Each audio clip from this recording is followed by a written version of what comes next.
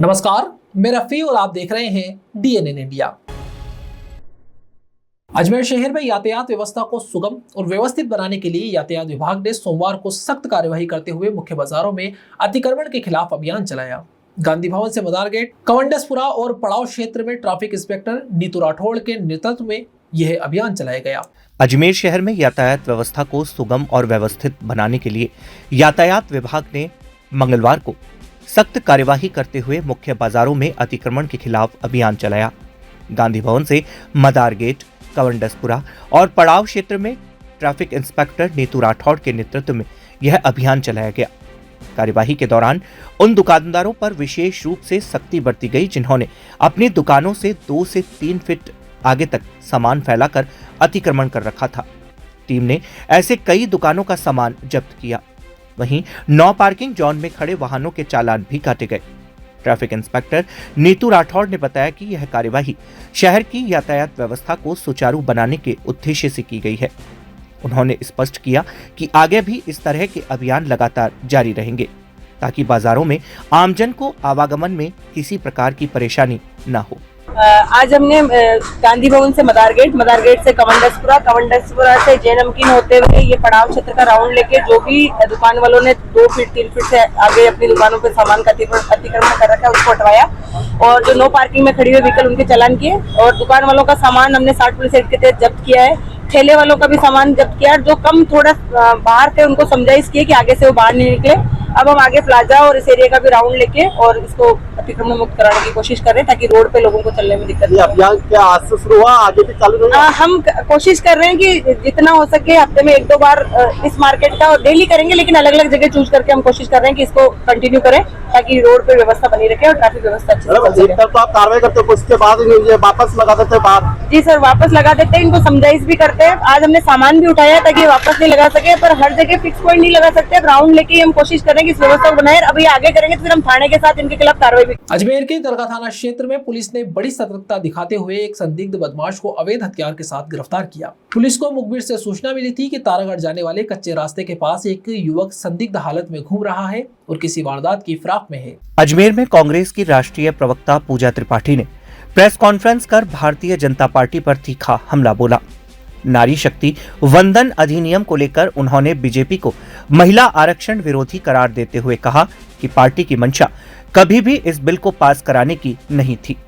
उन्होंने आरोप लगाया कि बीजेपी ने जानबूझकर परिसीमन जैसे मुद्दों को जोड़कर संविधान को प्रभावित करने की कोशिश की, जिससे विपक्ष ने सफल नहीं होने दिया। त्रिपाठी ने कहा कि बीजेपी एक शातिर रणनीति के तहत बिल पेश करती है और बाद में विपक्ष पर आरोप लगाकर राजनीतिक लाभ लेने का प्रयास करती है। उन्होंने स्पष्ट किया कि यह बिल अभी भी संसद में लंबित है और कांग्रेस लगातार जनता के बीच जाकर सच्चाई सामने ला रही है। इस दौरान उन्होंने देश की विदेश नीति पर भी सवाल उठाए। उनका कहना था कि भारत को वैश्विक स्तर पर संतुलित और नेतृत्वकारी भूमिका निभानी चाहिए थी, लेकिन मौजूदा हालात में देश अंतर्राष्ट्रीय मंच पर अलग थलग पड़ता नजर आ रहा है। उन्होंने केंद्र सरकार पर आरोप लगाते हुए कहा कि फैसले केवल चुनावी नजरिए से लिए जा रहे हैं, जिसका असर भारत की वैश्विक छवि पर साफ दिख रहा है। कांग्रेस प्रवक्ता ने दोहराया कि उनकी पार्टी इस मुद्दे को लेकर लगातार आवाज उठाती रहेगी और जनता को सच से अवगत कराती रहेगी। नमस्कार, मैं अजमेर जिला कांग्रेस कमेटी के सभी सम्मानित सदस्य, हमारे राजकुमार जी, द्रौपदी जी, लक्ष्मी जी, हमारे सभी प्रवक्ता भाइयों, सबका शुक्रिया अदा करती हूँ। और अजमेर जो है वो इतिहास, आध्यात्म, मोहब्बत और दुआओं का शहर, तो मुझे यहाँ आकर बहुत अच्छा लगा और आप सबसे वो करती हूँ कि आप मुझे छोटी बहन की तरह ट्रीट भी करेंगे। और आप सबको पता है कि हम यहाँ किस लिए आए हैं। हम यहाँ आए हैं कि जो भारतीय जनता पार्टी का जो सारा प्रोपेगेंडा चल रहा है, सारा कुचक्र चल रहा है महिला आरक्षण को लेकर, इसको बहुत ही शर्मिंदगी से मैं कहूँ तो मैं एक पढ़ी लिखी महिला हूँ, मैं एक ऐसी महिला हूँ जो राजनीति में अपना स्थान बनाने की कोशिश कर रही है। तो प्रधानमंत्री जी भी अगर राष्ट्र के नाम संदेश दिया तो मुझे लगा कि प्रधानमंत्री जी का राष्ट्र के नाम का संदेश भी बहुत ही बेहुदा था और बहुत ही राजनीतिक नूरा कुश्ती से ऊपर कुछ नहीं था। तो आज जब हम यहाँ बात करेंगे महिला आरक्षण बिल की, तो मैं सबसे पहले इस प्रेस कॉन्फ्रेंस को शुरू करना चाहूंगी उन महिला नेत्रियों के लिए जो हमारी पुरखिनें रही हैं, जिनके कंधे पर चढ़कर हमने अपने राजनीतिक सपने को जिया है, हमने अपने राजनीतिक रास्तों को जिया है। तो मैं उनका नाम लेना चाहूंगी। संविधान सभा से अम्मू स्वामीनाथन, एनी मैस्करेनेस, दक्षा शाइनी वेलावधन, बेगम एजाज रसूल, दुर्गाबाई देशमुख, हंसा जीवाराज मेहता, पूर्णिमा बैनर्जी, राजकुमारी अमृत कौर, रेणुका रे, सरोजिनी नायडू, सुचेता कृपलानी, विजय लक्ष्मी पंडित। मैं कांग्रेस की महिला प्रेसिडेंट्स का भी नाम लेना चाहूंगी। यानी बेसेंट, सरोजिनी नायडू, नेल्ली सेन गुप्ता, इंदिरा गांधी, सोनिया गांधी। मैं मीरा कुमार और प्रतिभा देवी सिंह पाटिल को भी नमस्कार करती हूं। आज जब हम महिला आरक्षण बिल पर बात कर रहे हैं तो आपने देखा कि 3 साल पहले, तकरीबन 30 महीने पहले, जब ये महिला आरक्षण बिल सरकार लाई थी, और इस सरकार को हर चीज को तमाशा बनाने की आदत है, बहुत बाजे गाजे और बहुत ही पूरे प्रोग्राम चलता है। आपने अभी के स्पेशल सेशन के पहले भी प्रधानमंत्री जी ने ऑल पार्टी मीटिंग नहीं बुलाई, स्टेक होल्डर से बात नहीं की, लेकिन भारे देश में घूम घूम के कॉन्फ्रेंसेस कर रहे थे। तो सारी पार्टियों ने एक मांग रखी कि हम आपके साथ खड़े हैं, 454 के साथ हम इसको समर्थन करते हैं और आप इसको 2024 के चुनाव में शामिल करिए, आप लागू करिए आप 1/3 आरक्षण के साथ। पर तब आपने कहा कि ये परिसीमन होगा, सेंसस होगा, सब कुछ। उसके बाद अचानक से आप 30 मई में बाद जागते हैं और आप बिल्कुल ऐन चुनावों के बीच पे आप एक स्पेशल सेशन लाते हैं। स्पेशल सेशन अगर 16 को है तो 14 को ड्राफ्ट बिल इंक्लूड होता है। ड्राफ्ट बिल में ये डिटेल्स कहीं नहीं है कि आप 800 प्लस कैसे आप लोकसभा सीट्स बढ़ा रहे हैं, और उसके बाद आप कहते हैं कि आप समर्थन दीजिए। आपने लोकतांत्रिक प्रक्रियाओं को बुलडोजर शासन बना दिया है। आप ना पार्टियों से डिस्कस करते हैं। खड़गे जी ने 3 चिट्ठियां लिखी कि आप इसको 29 को बुलाइए चुनाव खत्म होने के बाद, क्योंकि जो वेस्ट बंगाल के 42 सांसद हैं और जो तमिलनाडु के 49 सांसद हैं, उनकी भी कॉन्स्टिट्यूशनल ड्यूटी, उनकी संवैधानिक ड्यूटी है कि वो अपने राज्य के चुनावों में भाग ले, या तो वो चुनावों में भाग ले या स्पेशल सेशन में अटेंड करें। देखिए, मैं इससे अग्री नहीं करती हूँ, क्योंकि जितना मैं मेरा एक दूसरा पर्सनल लाइफ, सिविल लाइफ भी है, उसमें मैं जाती हूँ तो लोग ये बात कर रहे हैं। जैसा कि मैंने एक वीडियो का एग्जांपल दिया, जैसा कि मैंने आपको नरेंद्र मोदी जी के चैनल में, मैं जानबूझकर उनके चैनल पे देख रही थी कि मैं देखना चाहती थी कि लोग, जब वो कांग्रेस कांग्रेस कांग्रेस बोलना शुरू की, मैं देखना चाहती थी कि लोगों का क्या है, क्योंकि कहा जाता है कि नरेंद्र मोदी जी कल्ट है, उनके भक्त हैं। मैं देखना चाहती थी कि लोग क्या कह रहे हैं। तो जब लोग उनको सवाल उठाना शुरू किए, बिल नहीं गिरा है, बिल, महिला आरक्षण बिल नोटिफाई हो चुका है, महिला आरक्षण बिल है, और ये बार बार कहना कि आपने महिला आरक्षण को हराया है, ये गलत बात है, ये आपकी बेईमानी है कि आप नहीं आ रहे हैं। और सिर्फ हम नहीं, आप पूरे देश में आज 27 प्रेस कॉन्फ्रेंसेस हो रही है, हम आगे भी चाहेंगे। मेरे शेड्यूल में 4 शहर और हैं, तो आप, हम प्रेस कॉन्फ्रेंस भी कर रहे हैं, हमारी महिला कांग्रेस की साथी सड़क पे भी उतर रही हैं, ब्लॉक पे भी प्रेजेंट हो रहा है। लेकिन मुझे लगता है कि आम जनता इस बार, मैं सच बता रही हूँ, मैं दिल से बता रही हूँ, मैं एज ए कांग्रेस प्रवक्ता नहीं कर रही हूँ, आम जनता इस बार ये बेईमानी देख रही है कि आपको जरूरत क्या थी स्पेशल सेशन लाने की, जब आपके पास मेजोरिटी नहीं थी और आप 10 मिनट में आपके पास प्रोटेस्ट के बैनर भी आ गए। तो ये बताता है कि आप बेईमान थे और आपने ये नैरेटिव इसलिए किया कि आप वापस जाए जनता के पास की। अजमेर दक्षिण की विधायक अनीता बघेल ने मंगलवार को संविधान संशोधन विधेयक 2026, परिसमन विधेयक 2026 और केंद्र शासित प्रदेश कानून विधेयक को लेकर विपक्ष पर जोरदार हमला बोला। उन्होंने कहा कि विपक्ष की ओछी राजनीति के कारण महिला आरक्षण से जुड़ी ऐतिहासिक पहल रुक गई, जिससे देश भर की करोड़ों महिलाओं की उम्मीदों को बड़ा झटका लगा है। बघेल ने कहा कि केंद्र सरकार नारी शक्ति वंदन अधिनियम के माध्यम से संसद और विधानसभाओं में महिलाओं को पर्याप्त प्रतिनिधित्व देना चाहती थी, लेकिन कांग्रेस सहित कई विपक्षी दलों ने इसका समर्थन नहीं किया।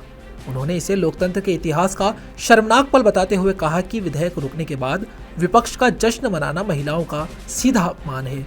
विधायक बघेल ने आरोप लगाया कि विपक्ष ने ओबीसी, महिला आरक्षण, परिसीमन और दक्षिण भारत जैसे मुद्दों को लेकर भ्रम फैलाया और क्षेत्रीय भावनाओं को भड़काने की कोशिश की। उन्होंने राहुल गांधी पर भी निशाना साधते हुए कहा कि इतने गंभीर विषय पर वे जिम्मेदारी से बात करने की बजाय हल्की टिप्पणियां करते नजर आए। उन्होंने कहा कि प्रधानमंत्री नरेंद्र मोदी ने दलगत राजनीति से ऊपर उठकर सभी दलों से समर्थन की अपील की थी, लेकिन विपक्ष महिला सशक्तिकरण जैसे महत्वपूर्ण मुद्दे पर भी राजनीति करता दिखा। बघेल ने दोहराया कि केंद्र सरकार महिलाओं के सशक्तिकरण के लिए प्रतिबद्ध है और इस दिशा में निरंतर कार्य कर रही है। उन्होंने विश्वास जताया कि लोकतंत्र में आई बाधाओं के बावजूद सरकार नारी सम्मान और सामाजिक न्याय की इस लड़ाई को आगे बढ़ाती रहेगी और आने वाले समय में इसे पूरा किया जाएगा। शक्ति वंदन विधेयक के 134वें संशोधन को नकार करके कांग्रेस ने और जो बाकी विपक्षी दलों ने जो संविधान संशोधन को बिल को गिराया है, उसके विरोध में भारतीय जनता पार्टी और शहर की नारी शक्ति 23 तारीख को सुबह 10:30 बजे एक बहुत बड़ा जन आक्रोश कार्यक्रम करने जा रही है। कलेक्ट्रेट पर कांग्रेस के महिला नेत्री का और कांग्रेस के पदाधिकारियों का पुतला फूंका जाएगा कलेक्ट्रेट पर। मैं अजमेर की नारी शक्ति का आह्वान करना चाहूंगी कि कांग्रेस के इस कुकृत्य को सबक सिखाने के लिए एक साथ आएं और एकजुट हों। कितने बजे? 10:30 बजे। यहाँ रुकते हैं एक छोटे से ब्रेक के लिए, जल्द हाजिर होंगे खबरों के नए सफर के साथ।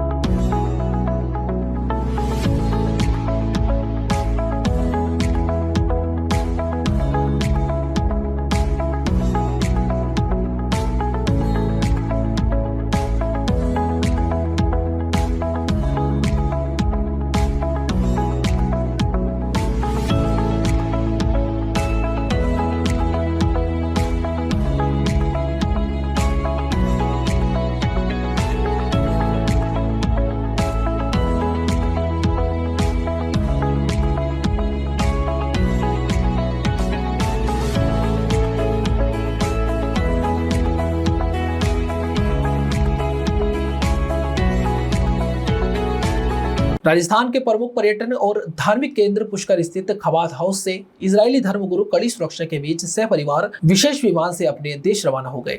इसके साथ ही खबात हाउस आगामी 4 माह यानी सितंबर तक पर्यटकों के लिए बंद रहेगा। राजस्थान के प्रमुख पर्यटन और धार्मिक केंद्र पुष्कर स्थित खबात हाउस से इजरायली धर्मगुरु कड़ी सुरक्षा के बीच सहपरिवार विशेष विमान से अपने देश रवाना हो गए। इसके साथ ही खबात हाउस आगामी 4 माह यानी सितंबर तक पर्यटकों के लिए बंद रहेगा। पुष्कर स्थित खबात हाउस के रवि सिम्पसन गोल्डस्टीन अपनी पत्नी जेल्डा गोल्डस्टीन और बच्चों और परिवार सहित स्वदेश लौटे। जानकारी के अनुसार इजराइल सरकार ने अपने नागरिकों की सुरक्षित वापसी के लिए विशेष फ्लाइट की व्यवस्था की है। धर्मगुरुओं की रवानगी के दौरान स्थानीय पुलिस और प्रशासन पूरी तरह मुस्तैद नजर आया। थाना प्रभारी सीआई विक्रम सिंह राठौड़ के नेतृत्व में सुरक्षा के पुख्ता इंतजाम किए गए और पूरे घटनाक्रम पर कड़ी नजर रखी गई। खबात हाउस प्रबंधन से जुड़े हनुमान प्रसाद बाकोलिया ने बताया कि इजरायली धर्म स्थलों की सुरक्षा को लेकर भारतीय जांच एजेंसियां लगातार सतर्क रहती है। केंद्र और राज्य सरकार की निगरानी में सुरक्षा व्यवस्था सुनिश्चित की जाती है। वहीं समय समय पर इजरायली दूतावास के अधिकारी भी सुरक्षा ऑडिट कर आवश्यक दिशा निर्देश जारी करते हैं।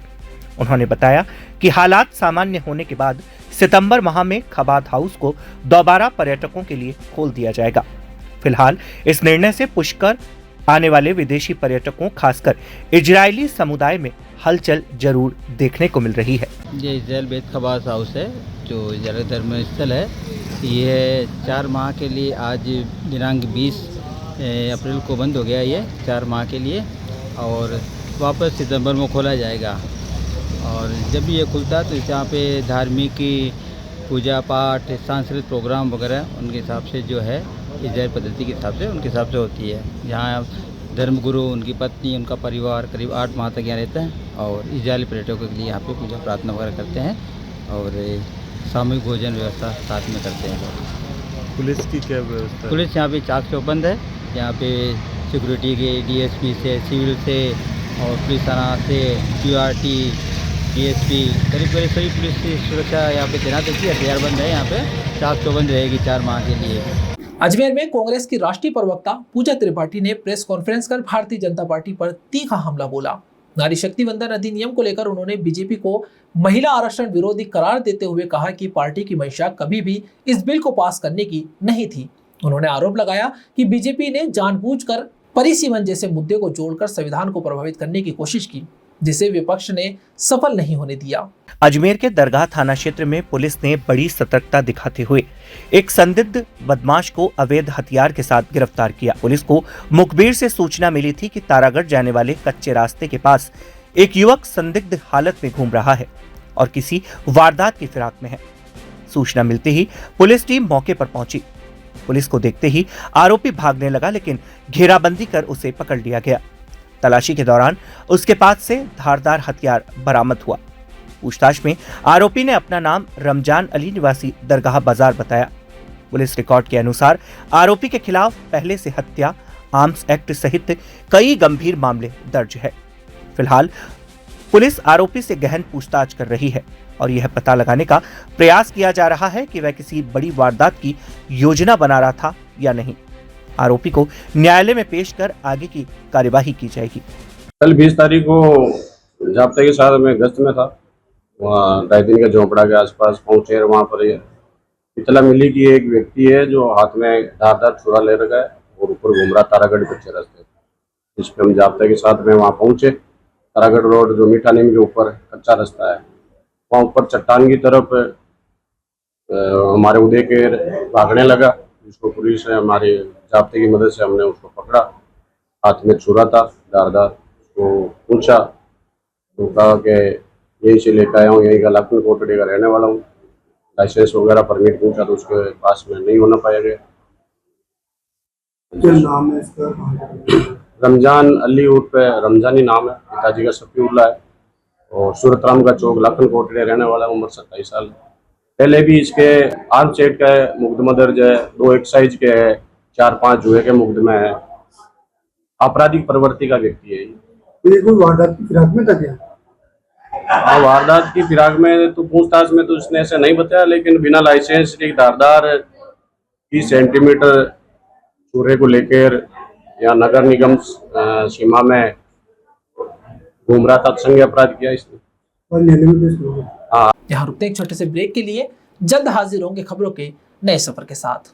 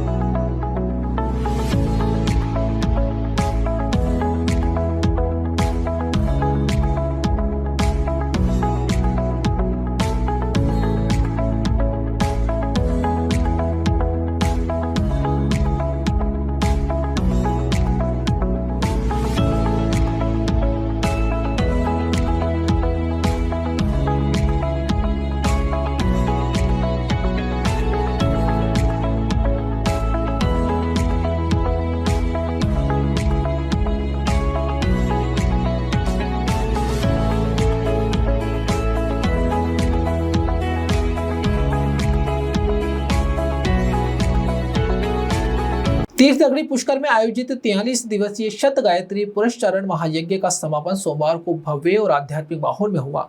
पवित्र पुष्कर सरोवर के विभिन्न घाटों पर एक साथ दिव्य महाआरती का आयोजन किया गया। इसमें देशी विदेशी श्रद्धालुओं ने बढ़ चढ़कर भाग लिया। तीर्थनगरी पुष्कर में आयोजित 43 दिवसीय शत गायत्री पुरस्चरण महायज्ञ का समापन भव्य और आध्यात्मिक माहौल में हुआ। पवित्र पुष्कर सरोवर के विभिन्न घाटों पर एक साथ दिव्य महाआरती का आयोजन किया गया, जिसमें देशी विदेशी श्रद्धालुओं ने बढ़ चढ़कर भाग लिया। परशुराम घाट पर मुख्य कार्यक्रम आयोजित हुआ, जहां यज्ञ सम्राट महामंडलेश्वर स्वामी पुष्कर महाराज ने पंडित माधव पाराशर के साथ वैद मंत्रों के बीच सरोवर की महाआरती की।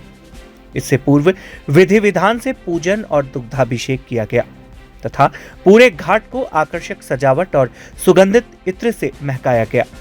सप्तऋषि घाट पर भव्य आतिशबाजी ने माहौल को और भी अलौकिक कर दिया। वहीं ब्रह्म घाट, गणगौर घाट, बद्री घाट और जयपुर घाट सहित अन्य स्थानों पर भी संगीतमय महाआरती और दीपदान हुआ। महायज्ञ के समापन के बाद यज्ञ स्थल पर सन्नाटा छा गया। बीते 43 दिनों से जहां हजारों श्रद्धालुओं की भीड़ उमड़ रही थी, वहीं अब पूरा क्षेत्र शांत नजर आया। दूर दराज से आए वैद पाठी और यजमान अपने अपने घरों के लिए प्रस्थान कर गए। हालांकि समापन के बाद भी श्रद्धालुओं की आस्था कम नहीं हुई। कई भक्त यज्ञ की पवित्र भस्म और मिट्टी अपने साथ ले जाते दिखाई दिए, जिससे वह शुभ और पवित्र माने जाते। पूरे आयोजन ने पुष्कर में आस्था, श्रद्धा और भक्ति का अद्भुत संगम प्रस्तुत किया। हिंदुस्तान के इतिहास में पुष्कराज के अंदर सत गायत्री पुरुषन महायज्ञ का आयोजन हुआ 43 दिन का, 8 मार्च 2026 से लेकर 1926 तक। यज्ञ सम्राट महामंडलेश्वर प्रखर जी महाराज के सानिध्य में ऐसा आयोजन, अभूतपूर्व आयोजन, जो आज तक किसी ने न तो उसके दर्शन किए, अकल्पनीय यज्ञ पुष्कर के अंदर हुआ, जिसकी पूर्णावती कल जो राम मंदिर के जो प्रतिष्ठा करवाई आचार्य जी सुनील जी दीक्षित के आचार्य में कल उसकी पूर्णावती हुई। पूर्णावती के पश्चात आज तीर्थ गुरु पुष्कराज में पंडित माधव लाल जी पारासर के सौजन्य से 52 घाटों में दुग्धाभिषेक होकर महाआरती का आयोजन किया गया, जिसमें प्रखर जी महाराज का भव्य स्वागत यहाँ के तीर्थ पुरोहितों ने किया एवं उसके पश्चात उन्होंने परिक्रमा की पुष्कराज की, जहाँ जगह जगह सभी तीर्थ पुरोहितों ने उनका जबरदस्त स्वागत किया। ऐसा स्वागत अकल्पनीय था। प्रखर जी महाराज जो एक महापुरुष है, जिसको सभी ने उनकी प्रशंसा की है। उनके जो महायज्ञ हुआ 43 दिन तक निर्विरोध, मतलब किसी प्रकार का उसके अंदर किसी प्रकार की वो नहीं होकर बहुत ज़बरदस्त आयोजन पुष्कर के इतिहास के अंदर हुआ, जिसकी आज पूर्णावती हुई और महाआरती हुई 52 घाट के अंदर। गुरुजी, आज पहली दफे 52 घाटों पे आरती हुई है, क्या संदेश देना चाहते? पहली दफे 52 घाटों के ऊपर दुग्धाभिषेक हुआ। पंडित माधव जी पारासर है गया जी के, जो जिनके द्वारा जो अपने वहाँ महास्थली में लगातार निरंतर महायज्ञ के अंदर महाआरती का आयोजन हुआ, जो बहुत ही अकल्पनीय था और उसमें हजारों लाखों श्रद्धालुओं ने भाग लिया। और ऐसा सभी की ऐसी वो है कि पुष्कराज में ऐसे आयोजन निरंतर होते रहे। तीर्थ में ऐसे आयोजन होते रहे, जिसके लिए सभी ने आज प्रखर जी महाराज को निवेदन किया कि ऐसा आयोजन पुष्कराज में पुनः एक बार हो। अजमेर के जयपुर रोड स्थित काकरंदा के पास पेट्रोल पंप के सामने एक दर्दनाक सड़क हादसे के विरोध में शहर जिला कांग्रेस कमेटी अनुसूचित जाति विभाग ने कलेक्ट्रेट पर जोरदार प्रदर्शन किया। हादसे में वाल्मीकि समाज की यशवंती देवी की मौत के बाद आक्रोशित कार्यकर्ताओं और परिजनों ने आरोपी चालक की शीघ्र गिरफ्तारी और मृतका के परिवार को आर्थिक सहायता देने की मांग उठाई। अजमेर में जयपुर रोड स्थित काकरदा के पास पेट्रोल पंप के सामने हुए दर्दनाक सड़क हादसे के विरोध में शहर जिला कांग्रेस कमेटी अनुसूचित जाति विभाग ने कलेक्ट्रेट पर जोरदार प्रदर्शन किया। हादसे में वाल्मीकि समाज की यशवंती देवी की मौत के बाद आक्रोशित कार्यकर्ताओं और परिजनों ने आरोपी चालक की शीघ्र गिरफ्तारी और मृतका के परिवार को आर्थिक सहायता देने की मांग उठाई। प्रदर्शन के दौरान कलेक्ट्रेट गेट पर पुलिस और विभाग के जिलाध्यक्ष सौरभ यादव के बीच तीखी नोकझोंक भी हुई। पुलिस ने प्रदर्शनकारियों को गेट पर ही रोक दिया, जिसका यादव ने विरोध करते हुए कहा कि शांतिपूर्ण ज्ञापन देना उनका संवैधानिक अधिकार है। ज्ञापन में 18 अप्रैल को हुए हादसे के दोषी के खिलाफ सख्त कार्यवाही की मांग की गई। साथ ही चेतावनी दी गई कि यदि जल्द कार्यवाही नहीं हुई तो आंदोलन को और तेज किया जाएगा। इस दौरान जिला पुलिस अधीक्षक हर्षवर्धन अग्रवाला ने मामले में शीघ्र कार्यवाही का आश्वासन दिया, जिसके बाद प्रदर्शनकारियों ने आभार व्यक्त किया। एक दुर्घटना का मामला है, जिसे अनुसूचित जाति विभाग कांग्रेस एससी डिपार्टमेंट ने इसको उठाया है और काकड़दा पुनाबाई का ये मामला है। पेट्रोल पंप के सामने एक परिवार वो अपने बाइक पे जा रहा था, पीछे से लापरवाही से आते हुए एक अज्ञात वाहन ने उसको टक्कर मार दी। सीसीटीवी फुटेज के अंदर उस वाहन के नंबर और सारी चीज़ें कंफर्म हो गई हैं। यह घटना लगभग शाम के 6:30 बजे के आसपास की है और जहाँ तक प्रतीत हो रहा है कि लापरवाही से वाहन चलाना और हो सकता है कि जो अपराधी है या जो जिसने एक्सीडेंट किया है वो शराब के नशे में भी हो। हम आज सभी जो लोग यहाँ इकट्ठे हुए हैं, बंधु सब यहाँ इकट्ठे हुए हैं, हम उनकी गिरफ्तारी के लिए इकट्ठे हुए हैं। जिसने ये एक्सीडेंट किया उसकी गिरफ्तारी जल्द से जल्द होनी चाहिए। मुझे जानकारी प्राप्त हुई कि इसमें वाल्मीकि समाज की एक महिला है यशवंती देवी, उनकी मृत्यु हो गई है इस घटना के बाद में। और प्रशासन से मैं ये मांग करता हूँ कि आज जिस प्रकार से जो ट्रैफिक व्यवस्था है अजमेर की ख़राब होती जा रही है, सड़कें चारों तरफ से खुदी हुई पड़ी हैं। अभी थोड़े दिन पहले आपने देखा कि पुष्कर के अंदर भी एक बस खाई में गिर गई थी। तो ये कहीं ना कहीं प्रश्न चिन्ह लगाता है प्रशासन के कामों पर, और प्रशासन जिस प्रकार से ट्रैफिक की व्यवस्था नहीं संभाल रहा है। तो मैं जिला प्रशासन से निवेदन करता हूं कि हादसों को रोकने के लिए इन जो ट्रैफिक व्यवस्था है उनको सुचारू रूप से देखा जाए, और अजमेर के अंदर ट्रैफिक व्यवस्था अगर सुचारू रूप से चलेगी, ढंग से अगर उसको हैंडल किया जाएगा तो दुर्घटना भी कम होंगी। सड़कों की जो स्थिति अगर बात करें तो नगर निगम आज के समय में बिल्कुल विफल दिख रहा है। अजमेर के अंदर हर तरफ गड्ढे हैं। अभी कुछ ही समय में थोड़े 2-3 महीने बाद बरसात आ जाएगी तो बरसात के कारण नाले भर जाएंगे, सड़कों पर पानी जलमग्न हो जाएगा।